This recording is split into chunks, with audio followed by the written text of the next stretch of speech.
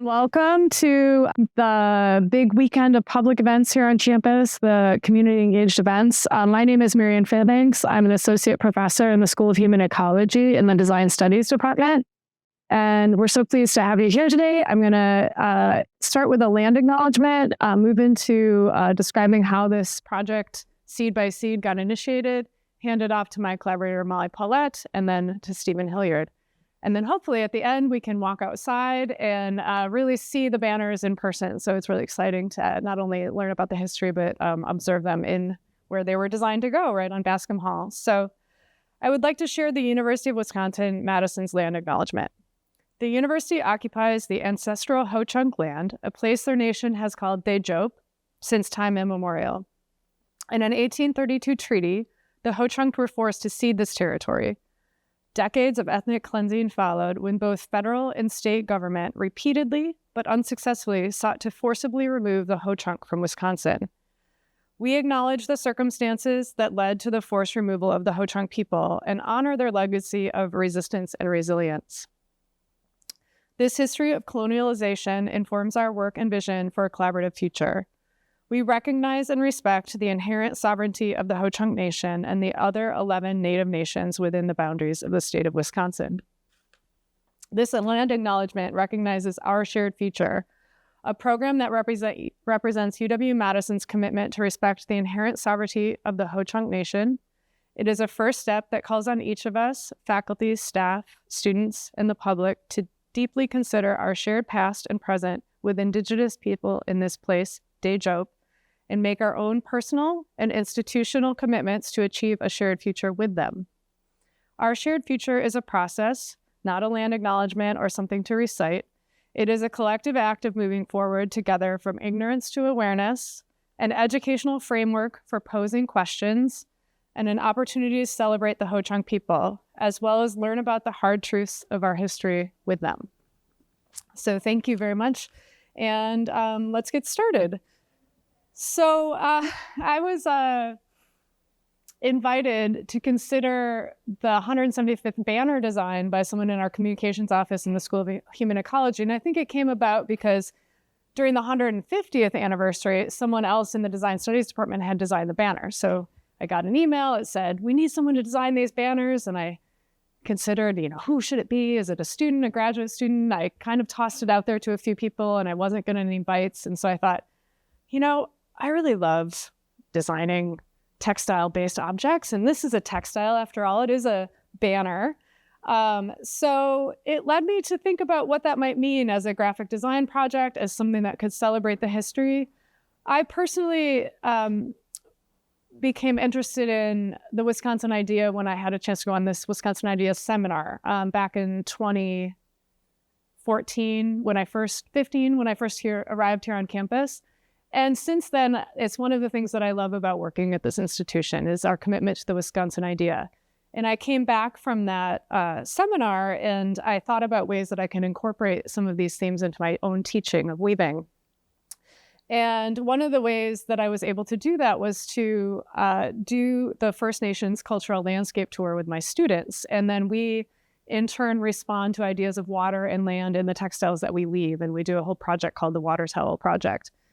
And so when I took that First Nations cultural landscape tour, I was really struck by all of the Indigenous knowledge that came before us in this space and really thought that this 175th banner project could honor that history of knowledge, the history of innovation, the history of technology here on this sacred land. So I wanted to introduce what I typically do in my own research, which is heavily textile based.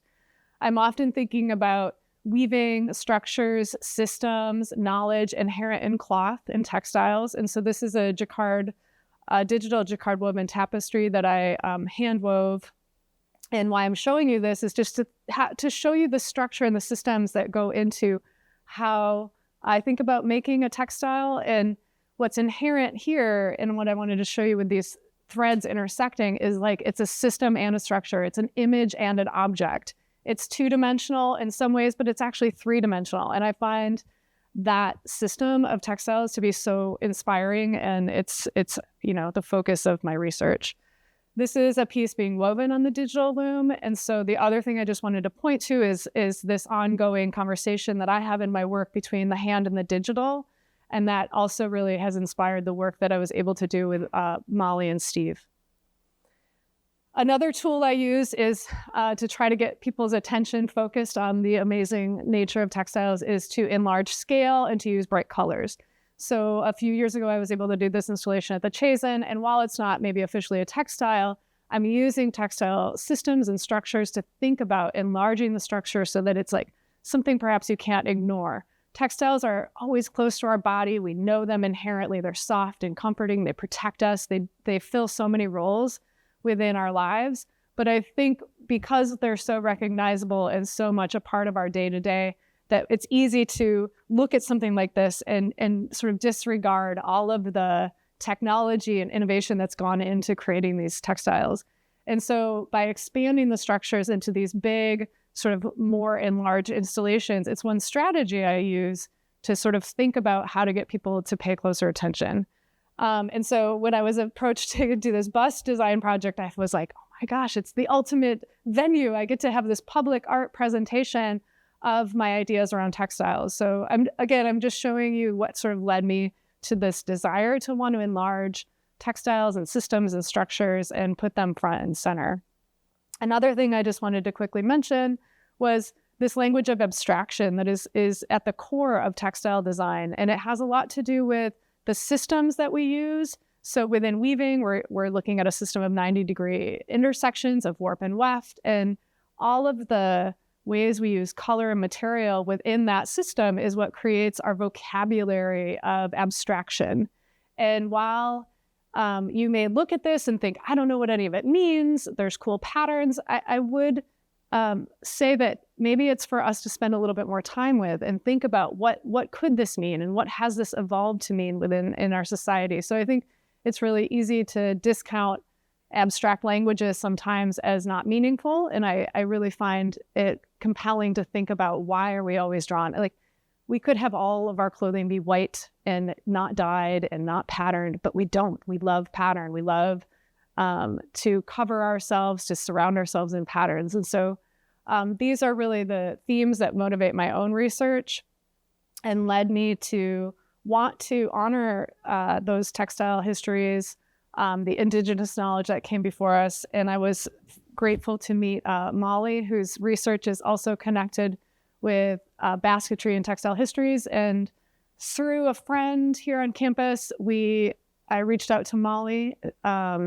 to say, hey, would you be interested in doing this collaborative research with me? There's this banner design project.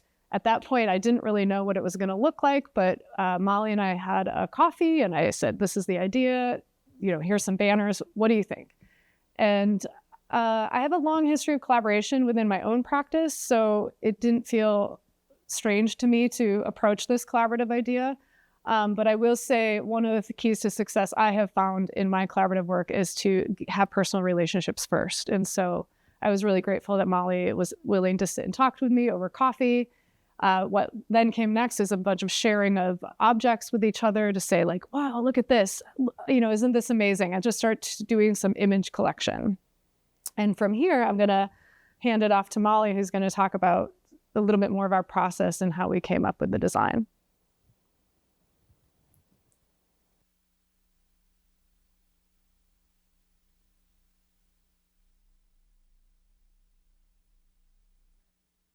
Can you hear me? So when we were talking about getting together and actually doing this, it was kind of, how do we approach it? A lot of the stuff that I do, sometimes I use contemporary stuff, and then I do more traditional whole chunk design type things that, our tribal elders really appreciate. So, and then also, how do I teach my kids? What does that look like? How do I take care of my grandkids? What does that look like? So this is actually my grandson from last weekend when we went to the powwow. So kind of like thinking of that and saying, okay, what can we make this look like and how would it look? So originally we were thinking of like some abstract designs, the university designs, and kind of incorporating that into how we do things. But then thinking, okay, this is traditionally how Ho-Chunk people used to look, and this is how we used to dress. But then contemporary, what does that look like now? And like the logo on the left, like that's a contemporary logo. We did that in 2016 for our women's group. So that's for our Ho Chunk women's group, and we use that design. But then below it, that's like a design that's probably like 100 years old. And that's old family design from my late husband's family. So, and then the newer design with the parflex, with the painting, and then incorporating those rhinestones in there. So there's all these things that kind of give and take in what it looks like. So we were kind of really thinking, okay, well, let's figure out what we can do next. And then I kind of talk about my own research right now. Originally, I was doing research on textiles and designs and Ho Chunk designs, and I wanted to do it on clothing. But with COVID, I ended up switching to black ash basketry because I was already doing an essay for Professor Tom Jones on his artist book. So this is us at the museum, Milwaukee Public Museum, looking at objects. And then also, I spend basically all my time with Ho Chunk elders and listening to them, and they make baskets. So this is kind of like the work that we're doing. And then that was like really a shared interest with Marianne right away. We're like, what do you do? What? Wow. So we're kind of feeding off of each other and what we like doing and how we like to learn and the different things that we're doing. So in that way, I felt really comfortable collaborating with her. I did try to get a couple other Ho Chunk artists to go ahead and see if they were interested in this, and they weren't really interested in it. And I think really just the scale of the project, the commitment to the university and all those types of things, it was just way too much to ask. So as a grad student, I said, okay, I'll go for it. I'll try to help. So this is my great aunt Delphine, and that's one of the baskets she made. We taught a class in in Madison last year. And then that's the inner and outer bark on the top picture. And I always think that that's really interesting because that's actually the black ash tree. So the inside bark within the tree is dark like that. And as it grows, it gets lighter and lighter. And then thinking of contextually, like how do you dye that and what does that take and how does that look when you get done? So there's all these different aspects when it comes to basket making. And I'm not really originally like a basket maker. Basket making to me as a child was basically like a form of punishment. Like you're going to go out and help make baskets. I was like, okay. So now as an adult, I appreciate it, but not, So let's talk about this again. Traditional design, contemporary design, and landscape. So when we're talking about a lot of Ho Chunk designs, there's landscape within them that you wouldn't even imagine that's landscape, but really like the floral patterns, the colors in the sky, the colors in rainbows, water waves, mountain, hill ranges, rocks, different things like that, and what that looks like. So a lot of the weavings that we have that are older, and these are really cool designs, like you'll see them in modern ways in current Ho Chunk artists' work a lot. So this is a woven bag from a couple hundred years ago. And then that's my granddaughter's bag in the middle, and she's like 12. So this is more of like fun, right? And this is me trying to get my children to like our culture, right? And to appreciate it, and then kind of saying, okay, here, and kind of feed it to them in that kind of way. And as they get older, then I put more traditional stuff on them. So like even back in the other picture, I know you guys probably can't see it, but his shirt's made out of Spider-Man. That's his favorite character. So things like that I do to say, hey, don't you want to dance? So it's kind of like sharing, but being contemporary. And then the other picture is ideally what I'd like to do. And I started doing quill work a while ago, porcupine quill work. But originally, these bags that we designed off of, these bandolier bags, were made out of porcupine quills. So that's actually porcupine quills on this top corner picture. So, and to do that kind of work, it's tedious and it takes a lot of time and it takes a lot of porcupine. So ideally, in the next couple of years, that's what I'd like to do. Right now, I'm just gathering quills because it's going to take a while to get to that point. And then these are some other designs. So this is my daughter. At one point when she was a teenager, she no longer wanted to be a traditional dancer. But I was like, there's no way you can't be because that's what we do in our family. That's what we do. So I went ahead and I made her a Hello Kitty outfit. And so when I incorporated bows and rhinestones, and it's really contemporary and it's fun for a young girl, and that she kind of bought into that. And then this is her graduating from the Institute of American Indian Art in Santa Fe. And this is a contemporary idea too, because these ribbon skirts that everybody's wearing, she wanted to wear a ribbon skirt. And I said, well, I can make you a ribbon skirt, but we have to have some applique on it. And so at the bottom of her skirt, there's a whole chunk applique design that we all had on our outfits that day for her graduation. So these kinds of things, like, we're doing constantly, like, okay, what else can we do? How can this look, in new ideas? And I think it was Jeffrey Gibson. He said, where are the new thinkers? Where are the creative people in Indian country, and what are they doing? And he said, and I realized they're at powwows. And truly they are, because you have to compete. You're trying to stand out. You're looking at your design and your outfit in a way that kind of stands out and looks, distinctive. And either you're going way back and using quills and you're doing traditional things with, brain tan hides and stuff like that, or you're kind of going modern and contemporary and new ways of dancing and incorporating that. So these are all things that are kind of going through our head when we're thinking, how are we going to do these banners? And what are they going to look like? And how do we symbolize UW and this kind of relationship that the tribe has had with UW, and then the land, and then taking that away, and then building university on here, and then destroying mounds. I mean, this is like a lot bigger issue. Like, I wasn't really nervous until we started getting interviewed, and I thought, what did we get ourselves into? And is anybody going to like it?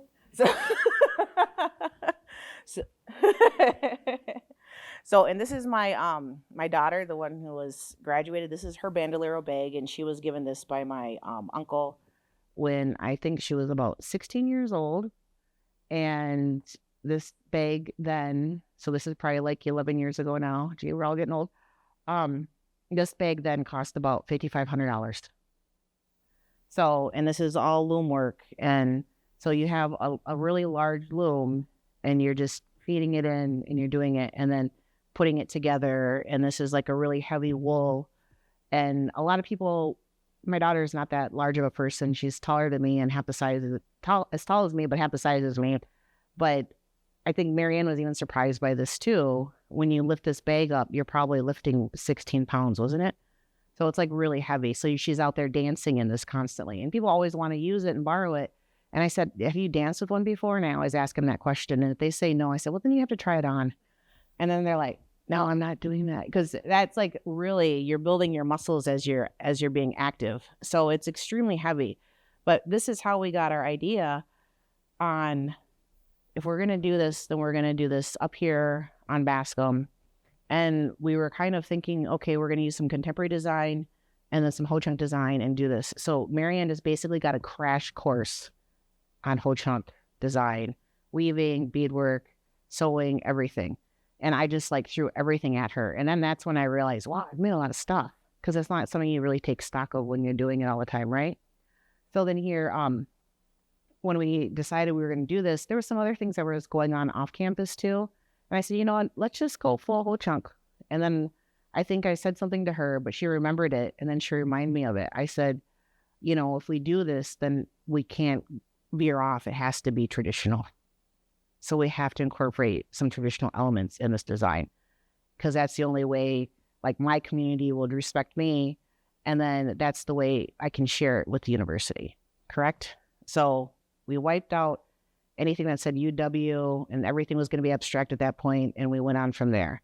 And then these are some of the different things that we looked at in considering design and what it was going to be like, and how we were going to put these beads together, and how intricate that was going to look, and if we could do this. And I think we're really at this point, we're truly inspired. And I think our minds kind of went here, there, and everywhere for about 6-8 weeks. And then we started this. And then this is Marianne sitting down at the computer and us saying, okay, how can this look? What can this look like? So we have the Thunderbird, and we have the water spirits.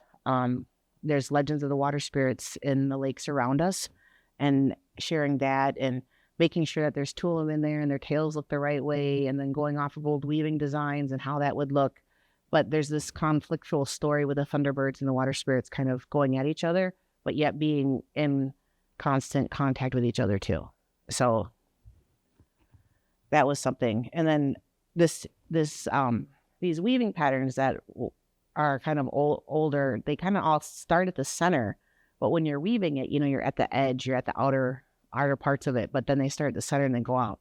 And then Marianne really liked the idea of that and what that looked like. And then I said, okay, well, let's include the clans. So those are probably like the first 3 signs that I got done, and trying to figure out what symbol best symbolizes the clan. So I reached out to a bunch of Ho-Chunk people, Ho-Chunk women that I know, and I asked them if they had any loom designs. And basically they're like, no, not really, not anymore. I have this whole piece of beadwork. So a couple of people sent me pictures, but it was really like, okay, I'm starting from scratch. So that's a walleye. I don't know if anybody can tell that, but and then also the Thunderbirds. I put 2 Thunderbirds in there, and actually one's female and one's male. The male is a little bit broader. The male is on like the left side.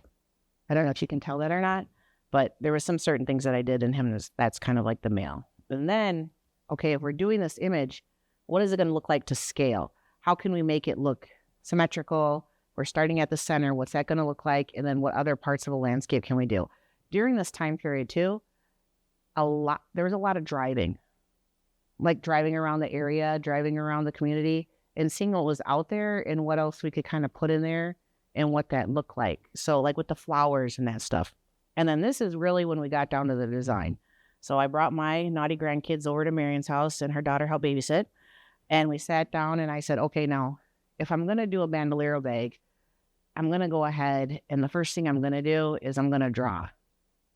So we took some of these ideas and images that we had on the computer that Marianne was able to get on the computer and printed them out. And then we went ahead and we transferred them to this idea of the bag and a beaded design, and then what that was going to look like. And then this is how we got to this point. And then this is like our aha moment. Like, okay, we can do this. We got it. It's going to be okay. We're going to work it out. It's going to be awesome. And then after this, it was a lot of color choices. And what colors do we use? What's their symbolism? And what does that mean to the tribe and to the university and clans, and the stories that they have, the names that they have. There's all these different things going on that we have to kind of take a little bit into consideration, and consulting too. So everything that I do, I'm picking up the phone and I'm talking to people, or I'm FaceTiming them, or I'm sending them a message on Facebook or Messenger, Instagram, whatever. And I'm saying, hey, what do you think about this? What do you think about this? So it's not just like my idea or my design or my imagery. There's all these different stories behind it. And then choosing the beads. Now, if anybody who's known how to do beadwork, doing beadwork is not easy. A lot of this is sizing. So if you're doing loom work, you're sizing every single bead that goes on there. And then I think this is when we went ahead and we said, okay, this is our name, because we chose seed beads, which are really small, and they're like size 10 or 11 seed beads. But then also the fact that, you know, when you plant a seed, then you get an idea and a story comes from that, and something fruitful happens, right? And that's all kind of like the whole idea behind the Wisconsin idea, right? Is that we're all going to share these ideas. We're going to make our community better. We're going to develop ourselves in a way that makes our state better and beyond, correct? So, you know, if we plant a seed, what are we going to get from that? And then that's when we said, okay. And then Marianne said that, well, seed by seed, we'll get this done or whatever. And then that's also something that we do with when we make parquet earrings, when we hand loom, and we're just finger weaving with beads too, is we just one bead at a time. So you're making these things one bead at a time. So this is extremely time-consuming work. So then I said, yeah, this is probably like a really good idea for the name. And then we just said, we just stuck with that name. And I think everybody likes it and understands our concept and our ideas behind it. And then these are some of the software images. So we actually use some beading software to make the design. So in the process of doing this, I went ahead and I made like the whole panel black. And then I started etching it out in white and kind of came to the beaded design and what that was going to look like. And then just tried to take into consideration sizing and stuff like that. One of the stories behind having 2 Thunderbirds instead of 1 is that when I was pregnant with my daughter, there was an elder that was talking, and I think I was mad at her dad because he started to give me a life lesson. And he was saying, you know, you're not getting along right now, or you're not feeling this kind of way, but, you know, you're pregnant. You have to consider these things when you're pregnant, and how you talk and what you do and how you share and how you feel. because everything you feel, your baby feels that, and you want your baby to come out to be happy and peaceful. But then besides that too, is that as human people, we have two legs. And we come from two people. That's why we have two legs. So if we're out of balance, then our children are out of balance. So you have to watch that relationship with that other person. And then I thought, that's a really good symbol too for relationship building, right? That there's two of us in this relationship. It's not just one, right? So thinking of that imagery and knowing that, you have that commitment to somebody else too. So that's the reason why I put two Thunderbirds in there, because people started asking me afterwards, how come there's not more bears? Of course they're Bear Clan, but still. So that's the reason why there's two Thunderbirds in there. And it was Eugene Thundercloud, and he's Thunder Clan. And then we can move on to Steven and what he's doing. And then, at the end, right? Okay. Thank you, Molly. Okay, can you hear me? Okay, this is me in my high-tech media lab on top of Stark Tower, actually in my basement. And so last summer, Molly and Marianne came to me, and they had the design for the banners pretty much finalized, pretty close to what you see up there right now. But they didn't have a way to realize it as an image for the banners. They didn't have the time or the budget to actually create physical beadwork and have that photographed, although I believe that is going to be happening eventually. So they needed somebody that could convert this, which is the images produced by their design software, into something that looked realistic. So the beading software is a design tool. So it, as I understand it, it helps with design and with making the beadwork, and it counts things and it shows you locations and stuff. But it's not designed to create realistic images that look like real beads. I work with a program called Maya, which is designed to create realistic renders that, if you do it right, can look photorealistic. However, it is more designed for this kind of thing. It's not, it has no features that relate to weaving or beads or anything like that. So my challenge was to figure out a workflow using the tools in the software that would create the look of the final beads. I'm just going to get my water. So each of the beads is a three-dimensional model. And in the final banners, there's about 160,000 of them. And if I laid them out by hand, that would be a very laborious process, probably about as laborious as making real beadwork. But the bigger problem is that if I laid them out by hand, I'd have something that looks like this, which is very regular and rigid, because the software isn't simulating beadwork in any way. This is something I assumed when I started working with 3D tools, is that they're some kind of world simulation, but they're not. All of these models are just mathematical surfaces which pass through each other. There's no gravity, there's no string tension, there's no threads. So once I have my beads in place, my goal is to make them look like this. So I have to work with my reference images and just eyeballing it to manipulate 160,000 beads to get them to go from looking like this, a very rigid grid, to something that's as close as possible to my reference.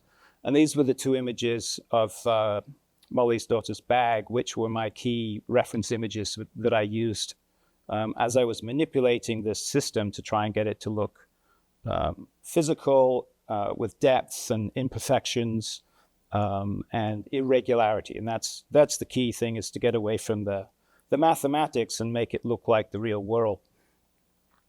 So I was using a part of Maya called MASH, which is a system that will make duplicates of models and lay them out, and you can use it to add randomness in various ways. And so these are tests that were done at a very small scale to figure out the workflow that would allow me to manipulate these beads through algorithms and through larger control meshes rather than having to move them individually one at a time.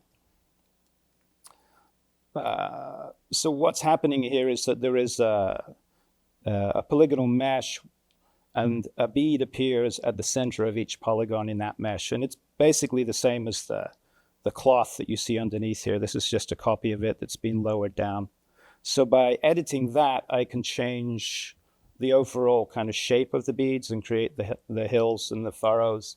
And most complicated were the tabs at the bottom.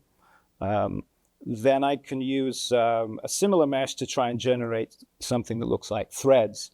So this was an attempt to simulate the actual warp and weft of real weaving, which in the end was not possible at the scale that I was of the final banners. But it worked in a small sample, but it didn't work to scale, and that came up a number of times in the process. So there were a few different workflows that could have achieved this in theory with small samples, but in practice, there was only one way that would work with this many beads. And it involved taking that original colored image and breaking it out into separations for each particular color. So this would be the white color and the blue, I believe, the darker blue. And these images controlled the visibility of copies of the bead models. And there were 6 or whatever, however many colors we had. There was a single bead model for each color, which had its own color. And then the system laid them out in this grid, and those color separation images controlled which color bead would appear where. So this is a view of the model close up, where you can see every bead is made up of multiple faces. And that's where the challenge comes in with the scale is you multiply those by 160,000, you've got a lot of polygons.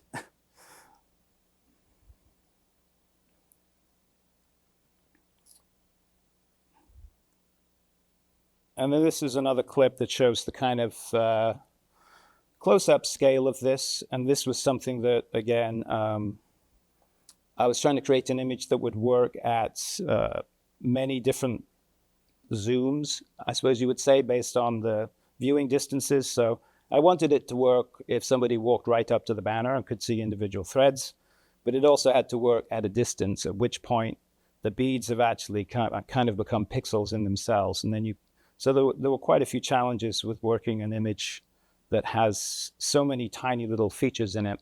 Once it gets up to looking at the entire grid, the beads start to kind of create kind of interference patterns themselves, because they're almost as small as a single pixel in your digital image.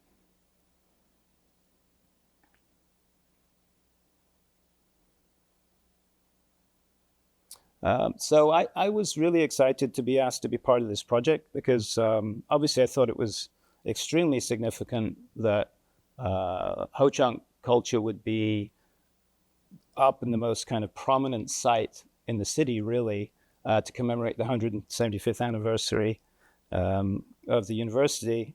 I also was excited to be involved because I'm always making the point that digital tools they're not new media anymore, and they're not a separate field. They're something that's applicable to just about any kind of making, from architecture to fashion to animation, movies, and visual effects, which of course is what we think of.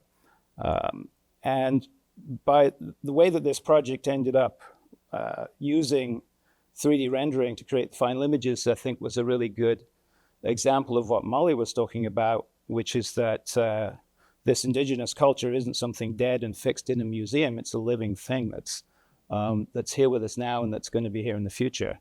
And so the fact that this ended up being rendered in Maya, I thought was a really good kind of example of that, along with the powwow shirt with the Spider-Man and the Hello Kitty beadwork. I mean, I see the digital tools being used here as just another example of that kind of growing, living culture. And I think Molli now is going to talk about where this goes next.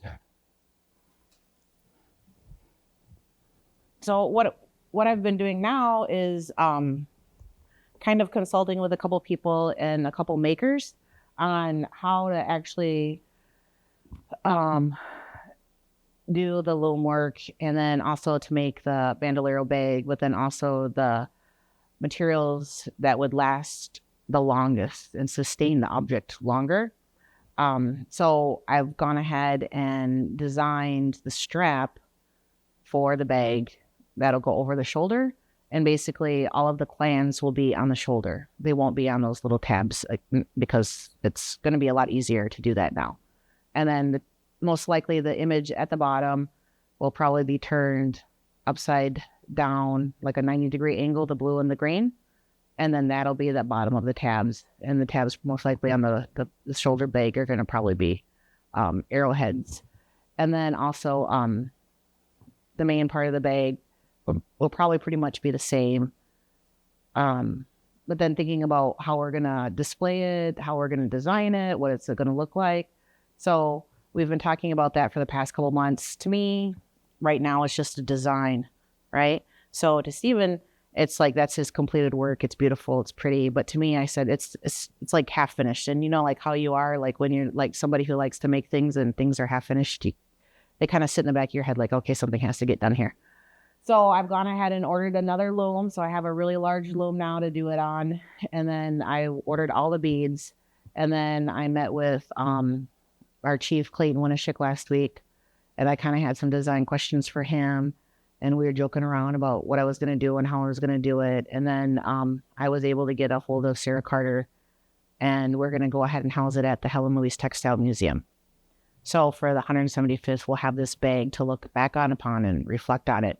And then also we're hoping that, you know, the design can be used in different ways multiple times and in different areas around campus, and especially by student organizations, by Wangchik or anything like that they'd like to use it for, to use it and reuse it, because it tells the whole story of the area, and so much time and energy was put into it that really helps us out. And then also the landscape of our area with having the 4 lakes being symbolized in there and everything else. But I really think like the story that University Communications did on it was probably like one of the best stories I've read, where they took those ideas of going for a ride, right, and seeing the landscape and seeing the sky and thinking, hey, those are really awesome colors. We should include those in that bag and that reflection off of the water that is around us.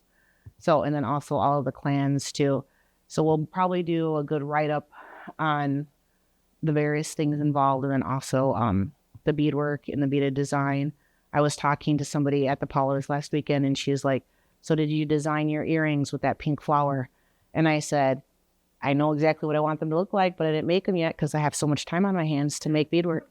So all these things are still in play where we can take from it and make more out of it and really kind of develop it in another kind of way too. But then to have it be a symbol or a source, and to bring it out and to talk about it and share it with the students and use it as like a teaching sample. And then hopefully, you know, in the future, there's more things that come out of this.